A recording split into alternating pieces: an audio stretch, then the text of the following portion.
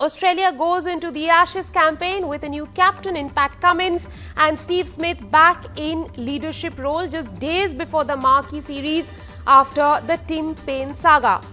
I am joined at this hour by a former Australian bowling star, Jason Gillespie, to talk about what future holds for this team this summer. The first 11 for the opening test that starts in Gabba on the 8th has already been announced. Thank you very much, Jason, for joining me on the broadcast. Well, this Australian team, not this team, but the T20 team has just won the T20 World Cup last month, though this is a completely different format. But few people from that team will also be a part of the Ashes. Would you say that Australia will be on a high going into this series, having won the T20 World Cup of late? Yeah, really, because look, they are different formats, completely different formats, but winning is winning. And, you know, you'd much rather be a team that's winning games of cricket than not winning games of cricket, regardless of the format. So I think it's a good headspace to be in. If you're playing cricket and performing well, regardless of the format, it makes you feel good. Now, one of the heroes of that win was David Warner. He turned around Australia's T20 campaign, but last Ashes, he wasn't successful. Stuart Broad kept getting the better of him. This will be his 6th appearance in the marquee series. Do you think the T20 campaign will have an impact on how David Warner performs in the Ashes? Yeah, look, Davey's a quality cricketer, has played cricket with a lot of success in all forms of the game all over the world. He had a tough time in the last Ashes tour in the UK, particularly against Stuart Broad, bowling around the wicket to him. I don't think Stuart Broad will be quite as effective. You know, Dave bounced back from probably some disappointment of not being selected for Sunrisers Hyderabad in the T20, the IPL there. And he came back and performed really strongly in the T20 World Cup and helped Australia secure that trophy. Jason, Australia has been through a shake-up days before the Ashes with the Tim Paine story unfolding. What impact do you think it will have on the Ashes campaign, the team losing their captain so close to the series and then Pat Cummins stepping in?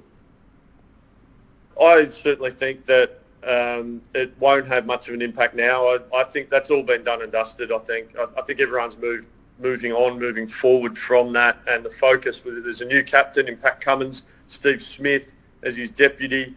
There's a story there as well because Steve Smith has captained Australia in the past and was stripped of the captaincy and has now been reinstated in a leadership role. So there's a big story there in terms of that. There's a new wicketkeeper batsman in Alex Carey who, from South Australia. It's a pretty big story here in South Australia that Alex Carey is going to be the 461st player to represent our country. I think everyone's really looking forward to what lies ahead and what is going to be a really exciting series. I'm sure you must be really excited, Jason. Alex Carey making his debut. He's a part of the first 11. He's a South Australia player. So are you, and I believe you are his coach as well. Yeah, really exciting about that, Rika, as a South Australian and his coach here at South Australia and the Adelaide Strikers. It's really exciting news. It's big news here in South Australia. Test cap 461 for our country, and Alex Carey will have that. And he's over the moon. He's excited.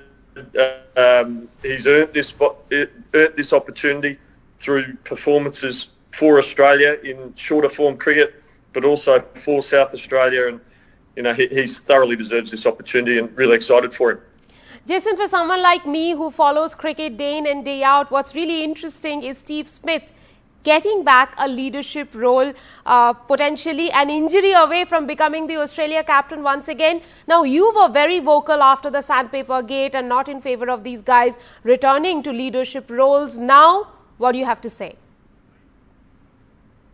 Yeah, he certainly is, Rika, and that's I suppose raised a couple of eyebrows, around the traps, and we've heard a lot of former players come out and have opinions on this, that, and the other.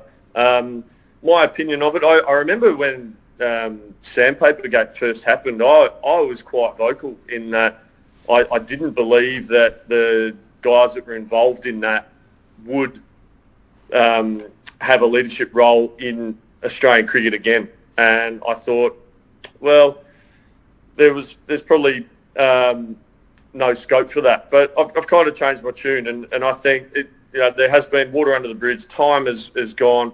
They've paid a pretty hefty price. Steve Smith paid a hefty price for that. I think we've all moved on and moved forward. And, I think Pat Cummins has made it very clear that he believes that having Steve Smith in a leadership role under him as captain is a good thing, and it's going to help the Australian cricket team and Australian cricket.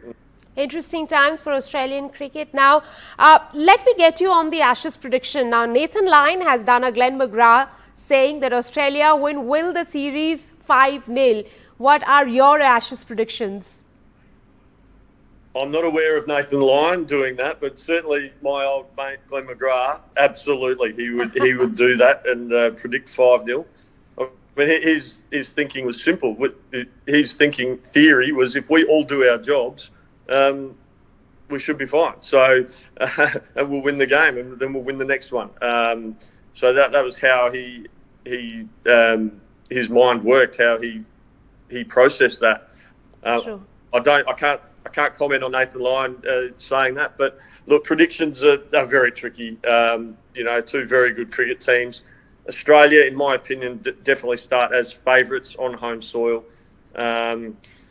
Well, mind you, I did say that about India v Australia a couple of years ago out here, or last time when India were out here and India beat Australia. But I certainly think Australia are a better team at the moment, especially in Australian conditions.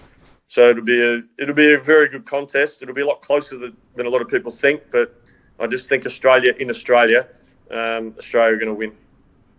Well, can't wait for the series to begin. Thank you very much, Jason, for joining me on the broadcast.